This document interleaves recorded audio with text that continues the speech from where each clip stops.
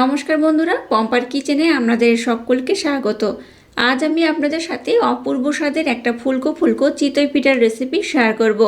চিতই পিঠা আমরা নানা রকমভাবে বানিয়ে থাকি, তবে মাত্র 10 মিনিটে একটা স্পেশাল সিক্রেট উপকরণ দিয়ে এই চিতই পিঠার রেসিপিটা আমার মতো একবার বানিয়ে দেখতে পারেন। এটা দেখতে যেমন সুন্দর হয়, খেতে হয় অপূর্ব অসাধারণ। আর এটা এতটাই নরম তুলতুলে স্পঞ্জি হয়, মুখে দিলেই দেখবেন মিলিয়ে যাবে। আর এই শীতের সিজনে নলেন গুড়ের সাথে এই পিঠে জুড়ি মেলা ভার, তাই অবশ্য একবার হলেও এই পিঠেটা আমার মতো বানিয়ে দেখুন। আশা করছি বাচ্চা থেকে বড় সবাই ভীষণ পছন্দ করবে আর খুব মজা করে খাবে। তাহলে চলুন দেরি না করে আজকের এই অপূর্ব স্বাদে চিতই পিঠার রেসিপিটা দেখে নেওয়া যাক। আজকে এই পিঠেটা বানানোর জন্য এখানে দেখুন আমি নিয়েছি আতপ চাল, 2 কাপ এখানে আতপ চাল নিয়েছি। এখানে কিন্তু কাপ মাপারও তেমন কোনো প্রয়োজন নেই, যে যতটা পিঠে বানাবেন তার উপর ডিপেন্ড করে আতপ চালটা ব্যবহার করবেন। চালটাকে দেখুন খুব ভালোভাবে আমি কিন্তু 3 থেকে 4 বার জল পাল্টে পাল্টে ধুয়ে নিয়েছি। একদম পরিষ্কার করে ধুয়ে নিতে হবে। এবার এখানে দেখুন আমি গরম জল নিয়েছি, গরম জল এখানে দিয়ে দিতে হবে। ফুটন্ত গরম জল না দিলেও হবে, হালকা একটু গরম জল দিতে হবে। গরম জল দিয়ে চালটাকে আমি ভিজিয়ে রাখবো। গরম জলে যদি চালটা ভিজিয়ে রাখেন, এটা কিন্তু 10 থেকে 15 মিনিটের মধ্যে দেখবেন খুব ভালোভাবে কিন্তু একদম নরম হয়ে যাবে। আর চালটা কিন্তু ব্লেন্ড করতে বা বেটে নিতে খুব সুবিধা হবে। তো এইভাবে একটু গরম জলে ভিজিয়ে রাখবেন। যাদের হাতে সময় বেশি থাকে তারা কিন্তু ওভারনাইটের জন্য ভিজিয়ে রাখতে পারেন। তবে যাদের হাতে কম সময় থাকবে কিংবা যদি পিঠেটাকে খুব তাড়াতাড়ি আপনারা বানিয়ে নিতে চান, তাহলে কিন্তু এরকম গরম জলের মধ্যে দিয়ে দেবেন। তাতে করে চালটা একদম 10 থেকে 15 মিনিটের মধ্যে দেখবেন নরম হয়ে যাবে। তো আমি এটা 10 মিনিটের জন্য ভিজিয়ে রেখে দেব। 10 মিনিট পর আমি আপনাদের সাথে নেক্সট স্টেপ শেয়ার করব। 10 মিনিট পর আবার ফিরে এলাম। দেখুন 10 মিনিটের মধ্যে চালটা কিন্তু খুব সুন্দরভাবে নরম হয়ে গেছে। যেহেতু গরম জলের মধ্যে দিয়েছিলাম, তাই কিন্তু খুব সহজে 10 থেকে 15 মিনিট সময় দিলেই এইরকম নরম হয়ে যাবে।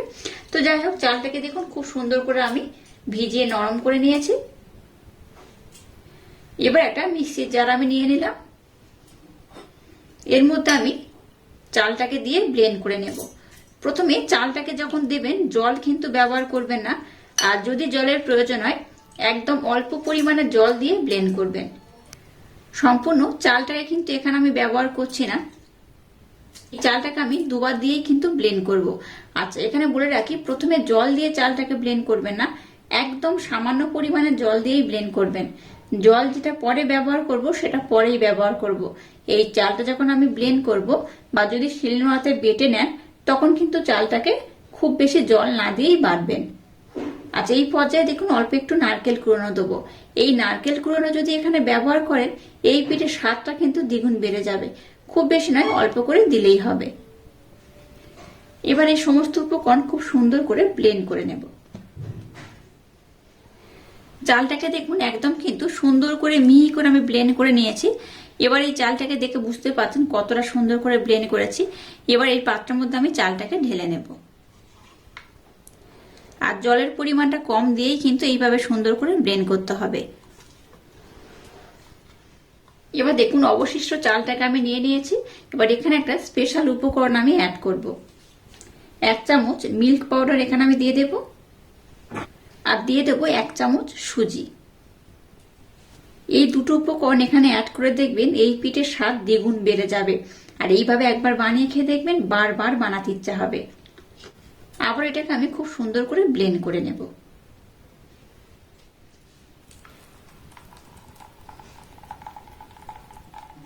সম্পূর্ণ চালটাকে আমি খুব সুন্দর করে কিন্তু ব্লেন্ড করে নিয়েছি। দেখে বুঝতেই পাচ্ছেন কতটা সুন্দর করে ব্লেন্ড করে নিয়েছি। প্রথমবারে একটু ঘন করে ব্লেন্ড করেছি, আর একদম শেষে কিন্তু একটু পাতলা করে ব্লেন্ড করেছি।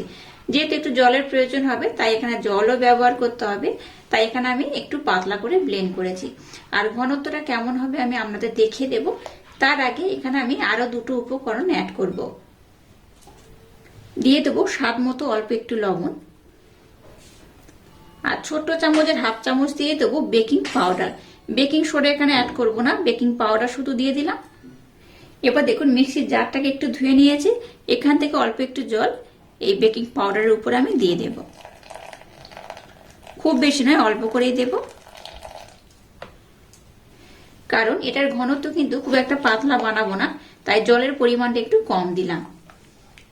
আর এখানে যে যে সিক্রেট উপকরণগুলো ব্যবহার করলাম একবার হলেও আমার মতো বানিয়ে দেখবেন, অসাধারণ হবে।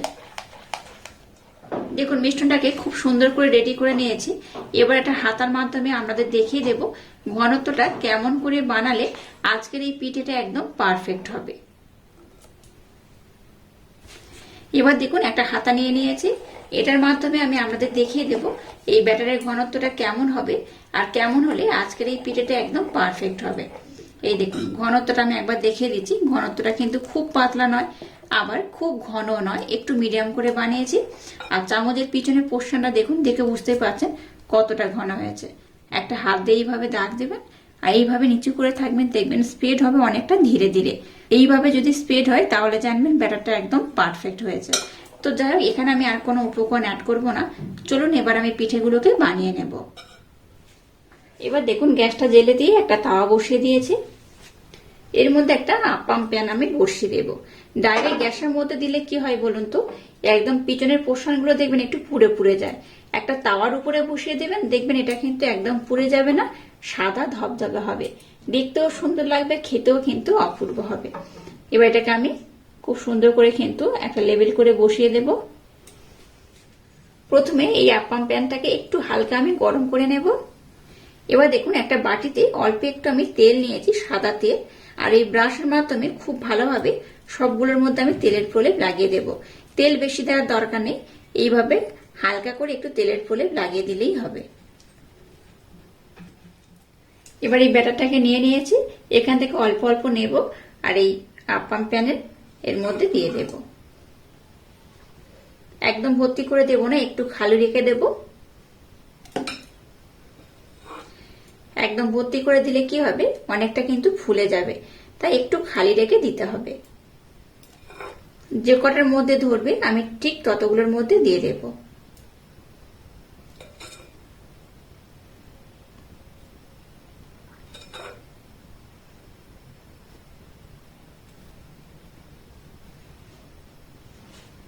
দেখুন কতটা কম দিয়েছিলাম, একদম কিন্তু ভরে লেগে যাচ্ছে, দেখে বুঝতেই পারছেন কত সুন্দর হচ্ছে। তো যাই হোক, আর একটু কম ব্যাটার দিলে ভালো হতো। এবার এটাকে আমি ঢাকা দিয়ে হতে দেব। গ্যাসের ফ্লেমটাকে হাই দেবেন না, লো করে এটাকে সুন্দর করে বানিয়ে নিতে হবে। এগুলো দেখুন কতটা ফুলে গেছে, দেখে বুঝতেই পারছেন কত সুন্দর হয়েছে।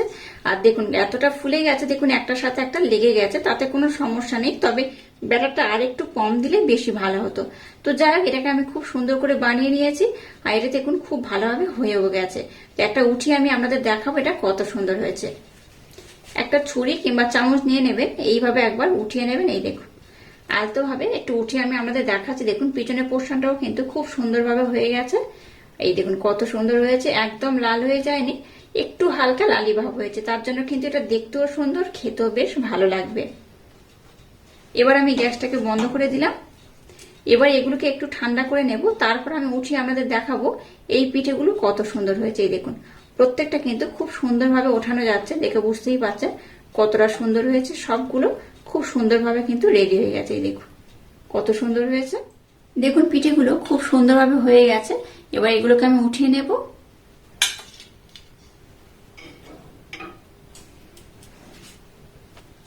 দেখুন চিতই পিঠেগুলোকে আমি নামিয়ে নিয়েছি আর কত সুন্দর হয়েছে। দেখুন পিছনের পোর্শনটাও খুব সুন্দর হয়েছে আর সামন থেকে দেখুন কতটা সাদা ধবধবে হয়েছে। এটা যেমন নরম তেমন তুলতুলে, আর মুখে দিলেই দেখবেন মিলিয়ে যাবে। এইভাবে একবার বানিয়ে খেলে আপনাদের বারবার এই চিতই পিঠে বানাতে ইচ্ছা করবে। কতটা সুন্দর হয়েছে দেখুন, যেমন নরম তেমন তুলতুলে আর তেমন স্পঞ্জি। আর চিতই পিঠের সাথে অবশ্যই কিন্তু একটু গুড় সার্ভ করতে হবে। গুড় না থাকলে কিন্তু চিতই পিঠের খাওয়ার মজাটা ঠিক হয় না, তাই গুড় অবশ্যই ব্যবহার করবেন। আর এই পিঠেটা কতটা নরম কতটা তুলতুলে হয়েছে আমি আপনাদের দেখাচ্ছি দেখুন। আর ভিতর থেকে দেখুন যেমন দেখবেন আমরা রুটি বানাই, মানে পাউরুটি যখন তৈরি করি সেই রকমই হয়েছে। এই দেখুন কতটা জালিদার, বলতে পারেন কেক যেমন হয় ঠিক সেই রকমও কিন্তু বলতেও পারেন। কেকের মতো দেখুন কতটা জালিদার হয়েছে। এইভাবে একবার না বানালে ভীষণ মিস করবেন। আর এই চিতই পিঠে খাওয়ার জন্য অবশ্যই কিন্তু গুড়ের ব্যবহার করতে হবে। গুড় ছাড়া কিন্তু এই পিঠে কোনো রকম স্বাদই থাকে না। অবশ্যই একবার ট্রাই করবেন, বাচ্চা থেকে বড় সবাই ভীষণ পছন্দ করবে আর খুব মজা করে খাবে। আর আজকের এই অপূর্ব স্বাদে চিতই পিঠের রেসিপিটা যদি আপনাদের ভালো লাগে তাহলে চ্যানেলটাকে লাইক, শেয়ার, কমেন্ট এবং সাবস্ক্রাইব করবেন আর পাশে থাকা বেল আইকনটা প্রেস করে দেবেন। তাহলে টাটা, আবার দেখা হচ্ছে নতুন কোনো রেসিপি নিয়ে।